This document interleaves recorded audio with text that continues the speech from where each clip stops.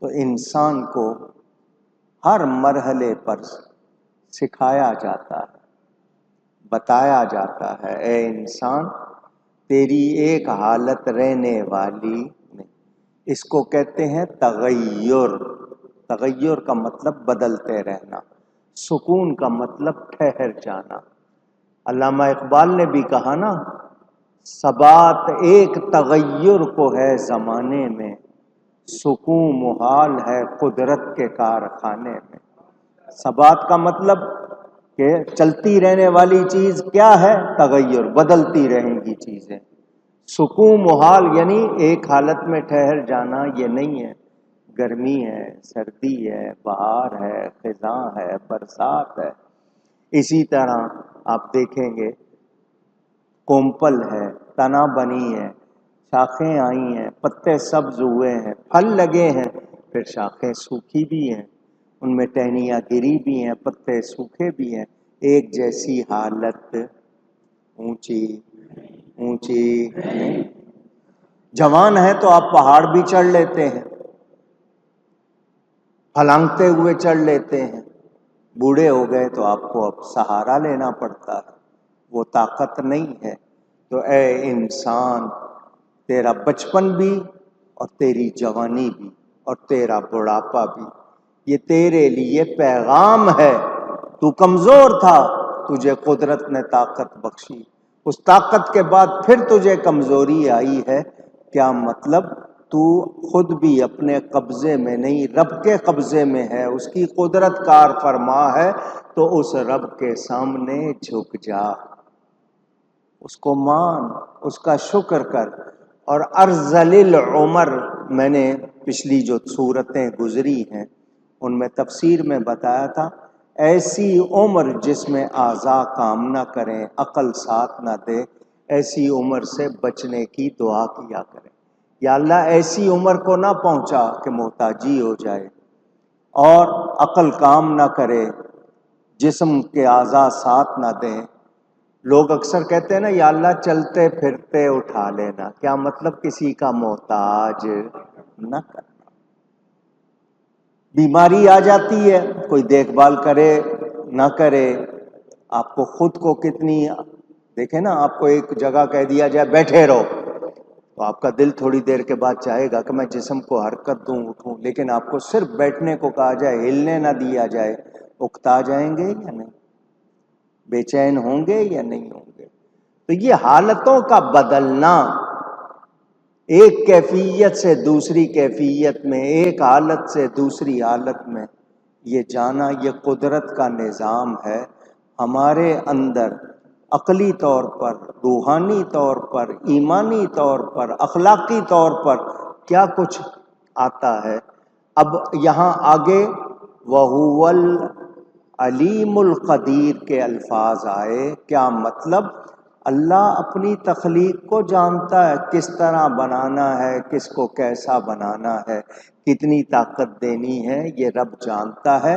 اور اس کے ایک حال سے دوسرے حال کی طرف پھیرنے کی جو اللہ کی قدرت ہے، اس میں کتنی حکمتیں ہیں اے بندے، تیری سمجھ میں شاید آئیں یا نہ آئیں، مگر مان کے اللہ تعالی جو کرتا ہے اچھا کرتا ہے، جو کرتا ہے اونچی۔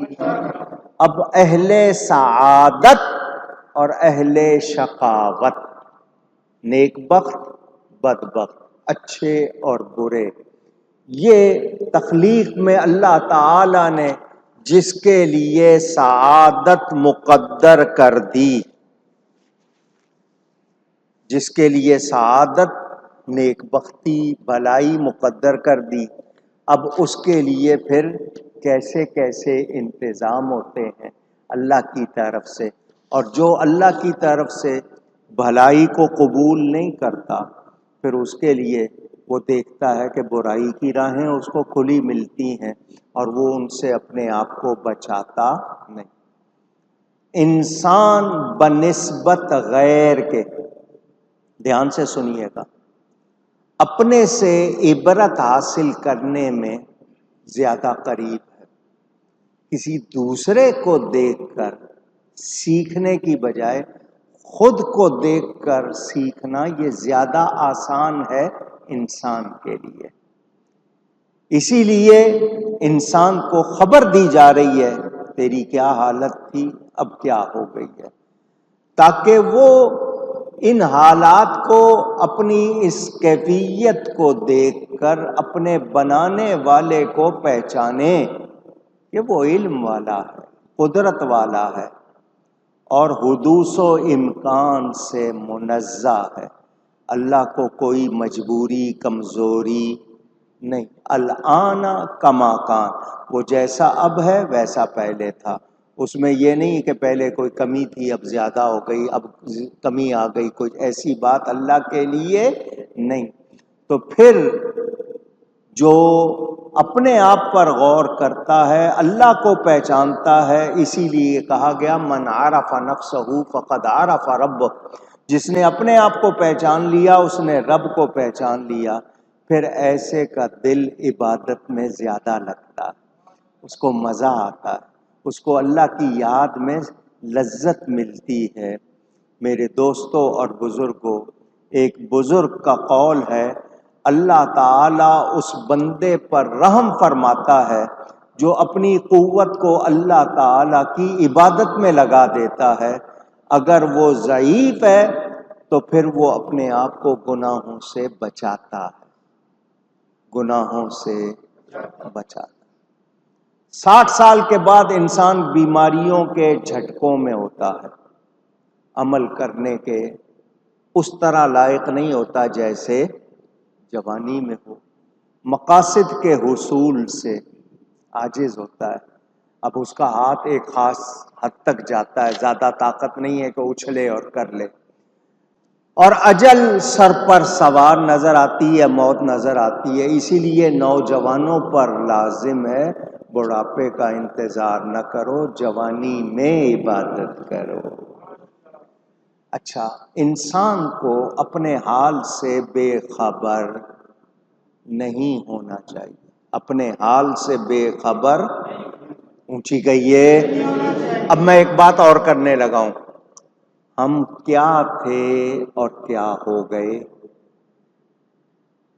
کیا سارے ہی سونے کا چمچہ لے کے پیدا ہوئے؟ پوچھ رہا ہوں. بعض لوگ مزدوری کر کے، نوکری کر کے، پڑھائی کر کے، ہنر کو آزما کے، تجارت کر کے مالدار بنے. بعضوں کو کسی نے منتخب کر لیا، وہ بن گئے. تو کیا انسان کو اپنی اصلی بات یاد رکھنی چاہیے یا نہیں؟ سیدنا فاروق اعظم رضی اللہ تعالی عنہ، خلیفہ دوم، مراد رسول نبی پاک نے جن کو اللہ سے مانگ کر لیا، کتنی شان والے. حج کا موقع تھا، 9 تاریخ حج کی،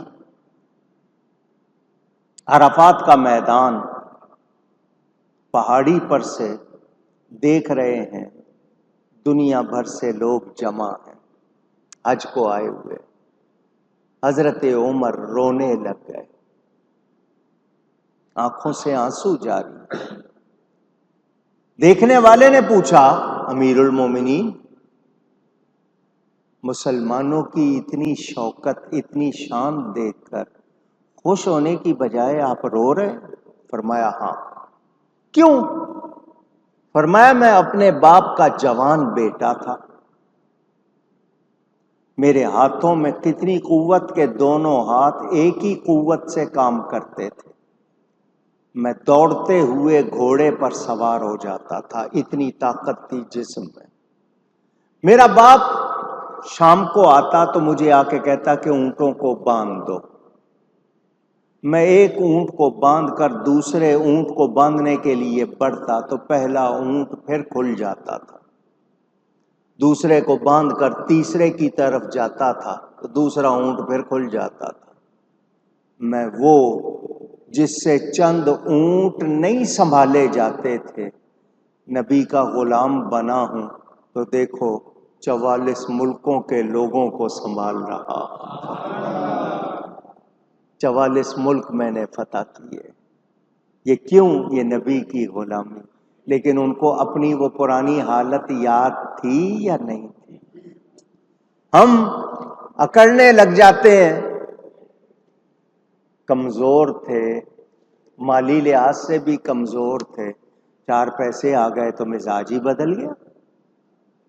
اب ہمیں کمزور لوگ برے لگنے لگ گئے، حقیر لگنے لگ گئے۔ ہم ان کے ساتھ ہاتھ ملانا بھی پسند نہ کریں، ان کے ساتھ بیٹھنا بھی پسند نہ کریں۔ یہ مزاج ہو جاتا ہے، 4 پیسے آ گئے، اب ہمیں وہ گندے لگنے لگتے ہیں، اچھے نہیں لگتے۔ سلطان محمود غزنوی نیک بادشاہ تھا، بڑا مشہور بادشاہ، جس نے سومناتھ کے مندر کو توڑا تھا۔ مسلمان بت شکن ہوتا ہے۔ کیا ہوتا ہے؟ اونچی کہیے گا۔ آج ہمارے ملکوں میں لوگوں کے بت بنائے جانے لگ گئے، سڑکوں پہ سجائے جانے لگ گئے۔ بت فروشی یا بت سازی یہ مسلمان کا کام نہیں۔ اس کو احمد ایاز پسند آ گیا، ذہین تھا، عقلی طور پر سمجھدار تھا، پسند آ گیا۔ اس نے اس کو اپنا وزیر خاص بنا لیا۔ تو میرا خاص مشیر، خاص وزیر۔ دوسرے وزیر جتنے تھے امیر گھرانوں کے لوگ، وہ حسد کرنے لگے۔ حسد جانتے ہیں؟ آپ کہتے ہیں جلنا، انوی کہہ لیں آپ۔ آپ کے ہاں حسد کے بہت سے معنی ہوں گے۔ اللہ کی تقسیم کو پسند نہ کرنا کہ اس کو کیوں دے دیا، مجھے کیوں نہیں دیا۔ اللہ کی تقسیم سے راضی نہ ہونا۔ حسد کرنے لگ گئے، ہم اچھے گھرانوں کے ہیں، یہ پتہ نہیں ایسے ہی فقیر سا بھکاری سا آیا تھا۔ بادشاہ نے اس کو اپنا صاحب خاص بنا لیا۔ وہ ٹو میں رہتے تھے، کسی طرح اس کو بادشاہ کی نظروں میں نیچا دکھائیں، بادشاہ کی نظروں میں بادشاہ کا دل اس سے ہٹ جائے۔ جو نیچا گرانے چاہتے ہیں وہ خود گر جاتے ہیں، آپ کو پتہ ہے۔ جو کسی کے لیے گڑھا کھودے پھر اس میں خود بھی گرنا پڑ جاتا ہے کبھی کبھی۔ رشک کرنا چاہیے، حسد نہیں۔ یا اللہ تو نے اس کو دیا ہے، مجھے بھی عطا کر۔ اس کو کیوں دے دیا، اس کو کیوں مل گیا؟ تو وہ جو دوسرے وزیر تھے ٹو میں رہتے، شکایتیں کرتے رہتے، ان کو ایک بات پتہ چل گئی کہ یہ جو ایاز ہے، جب دربار ختم ہوتا ہے تو یہ نیچے تہ خانہ، بیسمنٹ جو اس کا کمرہ ہے، اس میں جاتا ہے، کچھ دیر گزار کے پھر واپس آتا ہے۔ وہاں روزانہ ضرور جاتا ہے۔ یہ ضرور یہاں سے دربار سے کوئی چیزیں چرا کے وہاں نیچے کے رکھتا ہوگا۔ روز کیوں جاتا ہے؟ اندھیرے میں جاتا ہے اور کچھ دیر گزار کے آ جاتا ہے۔ بدگمانی، اس سے ہمیں منع کیا گیا۔ ظن، زوئے نون ظن، کسی کے بارے میں گمان کرنا، خوش گمانی کرنی چاہیے، بدگمانی نہیں۔ جی یہ ایسا ہے، یہ ویسا، پتہ ہوتا نہیں ہے، غیبت بھی ہو جاتی ہے، گناہ بھی ہو جاتا ہے، اور بعد میں جب ہو تو پھر شرمندگی ہوتی ہے۔ خام خواہ، خام خواہ کا مطلب چاہتے نہ چاہتے ہوئے لوگ اس کا شکار ہو جاتے ہیں۔ بدگمانی سے بچو، کیونکہ یہ تو میں رہنا کسی کی، ہاں کسی کے بارے میں معلوم کرنا ہے، کوئی گورنمنٹ کا کام ہے کہ یہ کوئی غلط کام تو نہیں کر رہا، کوئی ادارے ہوتے ہیں انٹیلیجنس وغیرہ جاسوسی کے، وہ اور بات ہوتی ہے۔ لیکن آپ کا دوسرے مسلمان کے بارے میں بدگمانی کرنا، خام خواہ اس کی ٹو میں رہنا، دیکھنا کہ ابھی میں کچھ کوئی غلطی نظر آئے میں ابھی پکڑوں، اس طرح نہیں کرنا چاہیے۔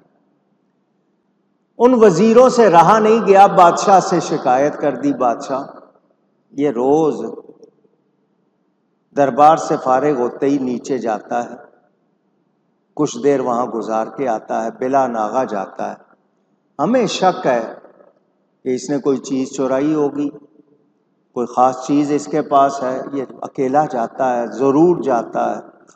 بادشاہ نے کہا مجھے ایسا کوئی شک اس پر نہیں، میں اس کو جانتا ہوں، تم جیسا سوچ رہے ہو مجھے نہیں لگتا کہ ایسی کوئی بات ہے، لیکن تمہاری تسلی کر دیتا ہوں، آؤ۔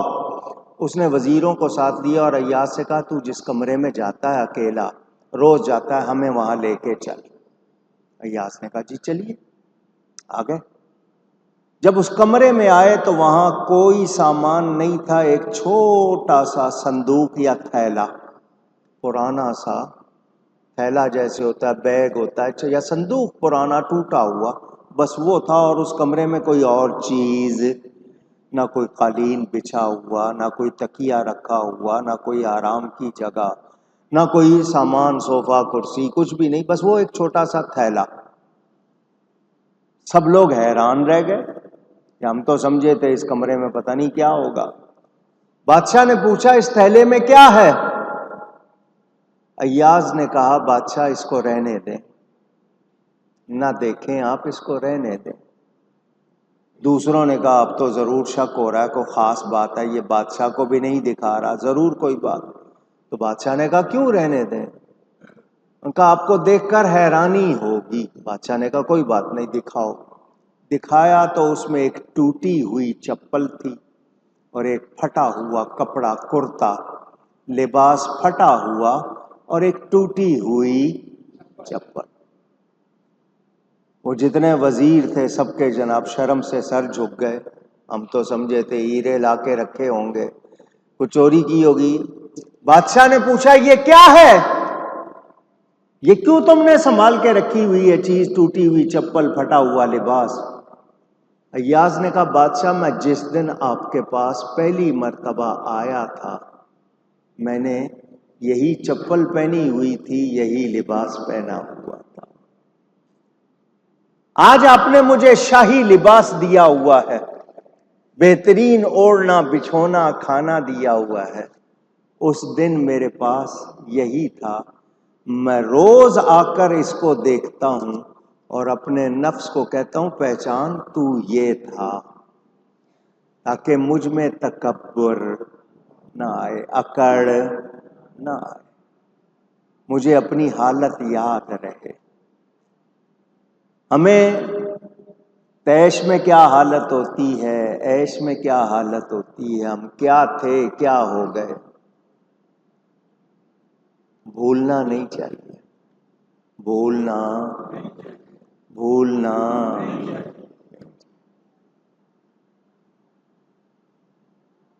اللہ تعالی توفیق دے تو عاجزی سے اچھی کوئی چیز، اللہ کے پاس عاجزی نہیں ہے، اس کی شان کے لائق نہیں، اس کی شان کے لائق وہ اس کی بڑائی ہے۔ ہمیں کیا کرنا چاہیے؟ عاجزی۔ کیا کرنا چاہیے؟